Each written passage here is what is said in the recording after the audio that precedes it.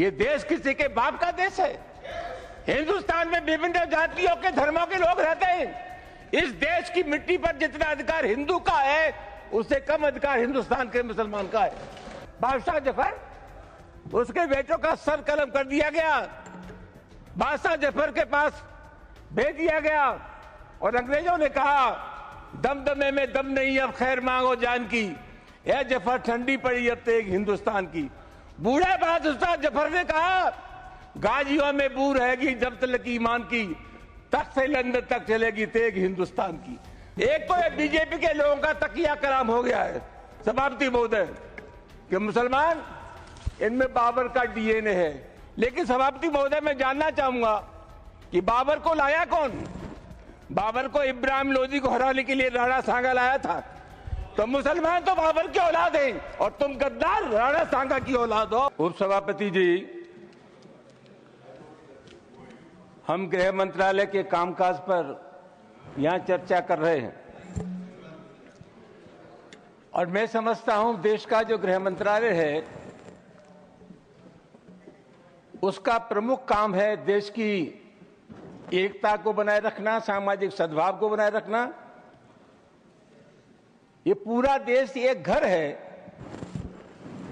और हिंदुस्तान के प्रधानमंत्री और गृह मंत्री का ये दायित्व है कि हिंदुस्तान में विभिन्न जाति और धर्मों के लोग रहते हैं, यहां सभी धर्मों में सामंजस्य हो, एक धर्म के मानने वाले दूसरे धर्म की इज्जत करें। लेकिन पिछली बार देखने में आया है कि जानबूझ करके हमारे देश में सामाजिक सद्भाव को बिगाड़ने की कोशिश की जा रही है। उपसभापति जी, मैं नहीं जानता, अभी होली का त्योहार था और मैंने कहीं नहीं पढ़ा कि किसी मुसलमान ने यह कहा हो कि हम सद्भावना बिगाड़ना चाहते हैं या होली के त्योहार में व्यवधान पैदा करना चाहते हैं। लेकिन इसके बावजूद भी तमाम ऐसे बयान आए जिसके चलते समाज में दरार पैदा हुई, रिश्ते खराब हुए। सर, एक बिहार के विधायक हैं और एक उत्तर प्रदेश के विधायक हैं। इन दोनों लोगों ने यह कहा कि मुसलमान अपने घर में कैद हो जाए होली पर। उत्तर प्रदेश के एक मंत्री ने कहा कि जिनको रंगों से नफरत है वो हिंदुस्तान छोड़ रहे हैं। और सभापति महोदय, अलीगढ़ यूनिवर्सिटी में सभापति महोदय पहले होली का त्योहार नहीं होता था, परमिशन नहीं मिली। अब जब वहां अनुमति नहीं मिली, बाद में अनुमति मिल गई थी, तो वहां के एक जनप्रतिनिधि ने कहा कि जो इसका विरोध करेगा उसको मुंह पर पहुंचा देंगे। सभापति जी, कानून का राज है या जंगल का राज है? इस प्रकार की जो भाषा बोली जाती है वो किसी भी कीमत पर इस देश की सेहत के लिए ठीक नहीं है। और मैं बहुत अफसोस के साथ ये कहना चाहूंगा कि बीजेपी की सरकार है, बीजेपी का कोई जिम्मेदार नेता या कोई मंत्री इन सब चीजों का प्रतिवाद नहीं करता। यह नहीं कहता कि इस प्रकार की जो भाषा बोलते हैं उनसे हमारा कोई संबंध नहीं है। तो क्या हम मान करके चले कि इस प्रकार के जो तत्व है उनको सरकारी संरक्षण प्राप्त है या इनको भाषा अच्छी लगती है? सभापति महोदय, बार बार कहा जाता है और अभी कहा गया कि जो लोग होली में के त्योहार पर होली नहीं खेलना चाहते, और जैसा मैंने कहा जिनको रंग पसंद नहीं है वो हिंदुस्तान छोड़ दें। उप सभापति महोदय, मैं आपके मार्फत से जानना चाहूंगा, ये देश किसी के बाप का देश है। हिंदुस्तान में विभिन्न जातियों के धर्मों के लोग रहते हैं। इस देश की मिट्टी पर जितना अधिकार हिंदू का है उससे कम अधिकार हिंदुस्तान के मुसलमान का है। राष्ट्रीय आंदोलन में हिंदू, मुसलमान, सिख, ईसाई सब लोगों ने तिरंगे झंडे के नीचे एक कौम बनाई।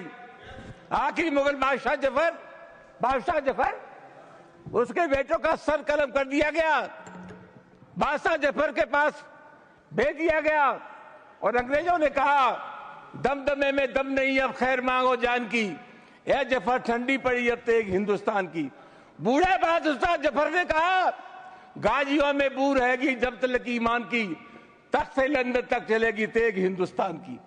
सभापति महोदय, कौन है इसका ठेकेदार? हर बात पे एक तो ये बीजेपी के लोगों का तकिया कलाम हो गया है सभापति महोदय कि मुसलमान, इनमें बाबर का डीएनए है।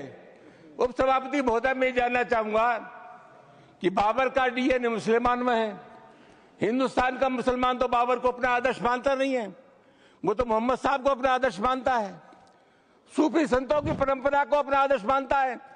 लेकिन सभापति महोदय, मैं जानना चाहूंगा कि बाबर को लाया कौन?